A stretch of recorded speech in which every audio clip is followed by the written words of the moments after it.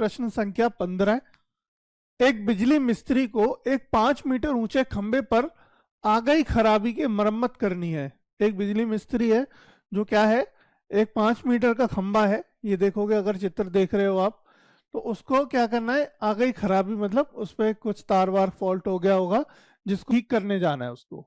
ठीक है, तो वो जब ठीक करने जाएगा, मरम्मत का काम करने के लिए उस खंबे के शिखर से 1.3 मीटर नीचे एक बिंदु तक पहुंचना है। मतलब 5 मीटर लंबा टोटल हाइट है खंबे की, ये खंबा है। ठीक है, तो इसकी हाइट कितनी दी है, 5 मीटर दे रखी है हमको, 5 मीटर, ये पूरे खंबे की हाइट है। यानी अगर यहाँ पे नाम देखोगे इनका, तो ये है ए, ये है बी, ये है डी और ये है सी। ठीक है, ये क्या है, एडी, यानी एडी देखो प्रश्न अनुसार अकॉर्डिंग टू क्वेश्चन हम यहाँ पे लिख लेते हैं ATQ। प्रश्न अनुसार एडी बराबर दे रखा है हमें कितना, 5 मीटर, है ना। अभी आगे पढ़ते हैं। तो जो वो कह रहा है कि मिस्त्री को जो तार का फॉल्ट ठीक करना है उसको 1.3 मीटर नीचे पहुंचना होगा। मतलब यहां तक जो सीढ़ी लगी है वहां तक पहुंचेगा वो, तब उसको फॉल्ट को ठीक करेगा। तो ये जो हाइट दी है वो 1.3 दे रखी है, 1.3।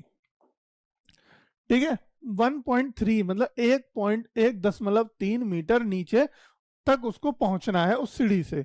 चित्र में जैसा कि दिखाया गया है, यहां तक पहुंचने के लिए प्रयुक्त सीढ़ी की लंबाई कितनी होनी चाहिए जिससे कि वह 36 से 60 डिग्री के कोण से झुकाने पर वह अपेक्षित स्थिति तक पहुंच जाए। अपेक्षित मतलब टारगेट जगह पे वो पहुंच जाए। बताइए कि ये सीढ़ी की लंबाई कितनी होनी चाहिए। ये जो सीढ़ी दे रखी है इसकी हमें लंबाई बतानी है, इस सीढ़ी की। ठीक है, इस सीढ़ी की लंबाई बताने की, कितनी लंबाई हो इस सीढ़ी की जिससे कोण इसको 60 डिग्री इंक्लाइन पे, मतलब 60 डिग्री कोण के झुकाव पे इसको खड़ा किया जाए, और इसकी सीढ़ी की लंबाई बताइए कि वो वहां तक पहुंच जाए। ठीक है, आगे क्या कह रहा है, आगे कह रहा है और यह भी बताइए कि खंबे का पाद बिंदु सीढ़ी के पाद बिंदु से कितनी दूरी पर होनी चाहिए। और यह भी बताइए कि खंबे का पाद बिंदु मतलब ये डी वाला पॉइंट, और सीढ़ी का पाद बिंदु मतलब ये सी वाला पॉइंट। मतलब खंबे के बिल्कुल निचले हिस्से से सीढ़ी के निचले हिस्से की बीच की दूरी भी बतानी है हमें, है ना। बीच की डिस्टेंस भी बतानी है, दूरी बतानी है कि ये दूरी कितनी होगी। ये दूरी कौन सी है आपकी, ये वाली, ये भी बताना है आपको। दो चीजें हमें इसमें ज्ञात करनी है, तो ठीक है कर लेंगे, कोई दिक्कत नहीं है। जितना बड़ा ये प्रश्न इसने लिख के समझाया है उतना लेंदी क्वेश्चन भी नहीं है। 4 नंबर का ये क्वेश्चन आया था एग्जाम में। ठीक है, 4 नंबर मतलब आप बिल्कुल से हड़प लो। देखो सॉल्यूशन कितना इजी है इसका, बिल्कुल आराम से सॉल्यूशन करोगे इसका। देखो प्रश्न अनुसार एडी बराबर दे रखा 5 मीटर। अगर हम यहाँ पे BD निकालें तो BD कैसे निकलेगा, BD निकलेगा AC माइनस AB, यानी कि 5 माइनस 1.3, तो BD आ गया कितना बेटा, 3.7 मीटर। ठीक है, ये समझ में आ गया। अब देखो, अब इस प्रश्न को हम हल करेंगे। तो ये जो मेरा BD निकल के आया है यहाँ पर, इसको मैं लिख लेता हूं। BD आया हमारा कितना, 3.7 मीटर। बस यही छोटी छोटी बातें हैं, यही छोटी छोटी क्वेश्चन के अंदर चीजें होती हैं जिनको आपको ध्यान में रखकर ये प्रश्न हल करना होता है। अन्यथा गलती आप कर देते हैं बच्चे कि वो 5 मीटर ही रख देते हैं। यही चीजें ध्यान रखनी है जब सॉल्व करेंगे आप प्रश्न को। अब यहाँ पे देखो, अभी तक हम जितने प्रश्न हमने किए, एक बात ध्यान देने वाली बात है, इसमें पहली बार ऐसा प्रश्न आया जिसमें हमसे ये वाली हाइट पूछी है, यानी ये वाली लंबाई पूछी है। त्रियक इसको कहते हैं हम, वैसे क्या कहते हैं, कर्ण कहते हैं। अगर यहाँ पर अगर ये क्या है, देखो ये खंबा एकदम सीधा खड़ा होगा तो एक समकोण त्रिभुज बन रहा है। तो समकोण त्रिभुज में ये वाली जो 90 डिग्री 90 कोण, जो समकोण के सामने वाली जो भुजा होती है वो क्या है, कर्ण कहलाती है। तो ये कर्ण इसमें पहली बार हमसे इस प्रश्न में पूछा है। तो जब कर्ण आता है तो लंब बटे कर्ण क्या होता है, बताओ मेरे बच्चों। लंब बटे कर्ण होता है हमारा साइन थीटा। तो साइन थीटा क्या लिखेंगे, साइन थीटा। साइन थीटा की वैल्यू कितनी दी है यहाँ पे, 60 एंगल लंब बटे कर्ण। और लंब कितना है, लंब दिया है 3.7 अपॉन कर्ण दिया है कितना, कर्ण हमें निकालना है, कर्ण है मेरा यहाँ पे BC लिख लेते हैं, ठीक है। तो साइन 60 की वैल्यू क्या होती है, √3/2 होती है, बराबर में 3.7 अपॉन BC। क्रॉस मल्टीप्लाई कर दो आपस में दोनों का, तो ये हो जाएगा BC √3 बराबर BC इंटू √3 बराबर 3.7 इंटू 2। √3 को नीचे ले जाओ, BC बराबर इन दोनों का गुणा करोगे तो 7.4 आ जाएगा।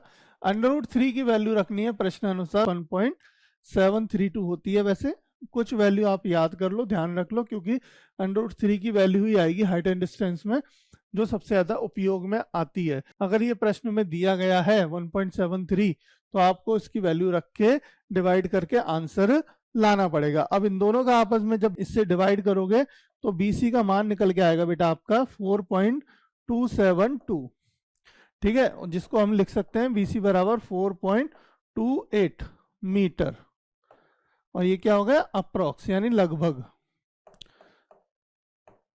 इसका मतलब हुआ कि हमें कितनी बड़ी सीढ़ी लगेगी, 4.28 मीटर, 4.28 मीटर की सीढ़ी लगेगी उस खंबे तक, उस पॉइंट तक जाने के लिए, जिससे कि वो उस आई मरम्मत को, उस आई दिक्कत को ठीक कर सके, वो बिजली मिस्त्री।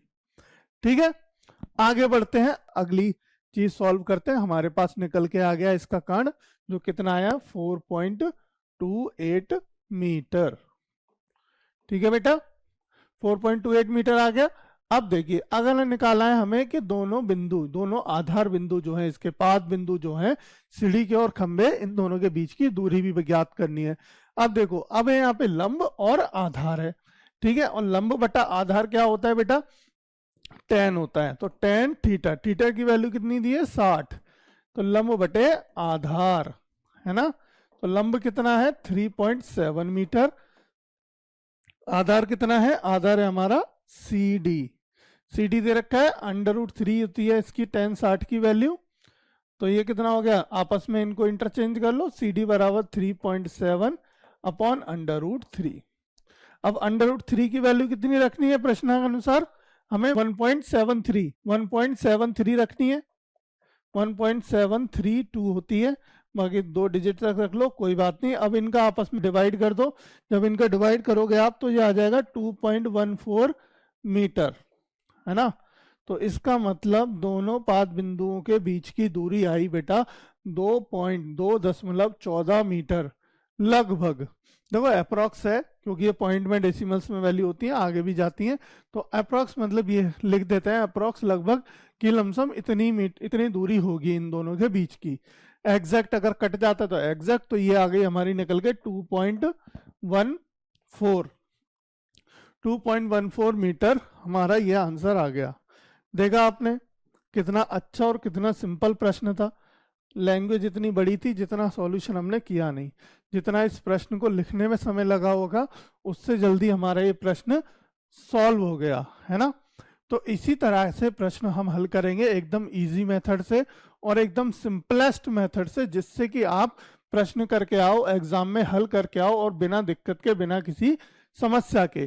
तो लगातार हम बढ़ते रहेंगे, इसी इंपॉर्टेंट प्रश्नों की सिलसिले चलते रहेंगे, आगे बढ़ते रहेंगे और अच्छे अच्छे प्रश्न कराएंगे और अच्छे मेथड से कराएंगे। अगर अभी भी आपको कोई भी कंफ्यूजन, कैसा भी डाउट, कैसा भी दिक्कत हो तो जल्दी से कमेंट करके मुझे बताओ, उस दिक्कत को, उस प्रॉब्लम को फिर एक प्रॉपर वे में सॉल्व करेंगे। ठीक है।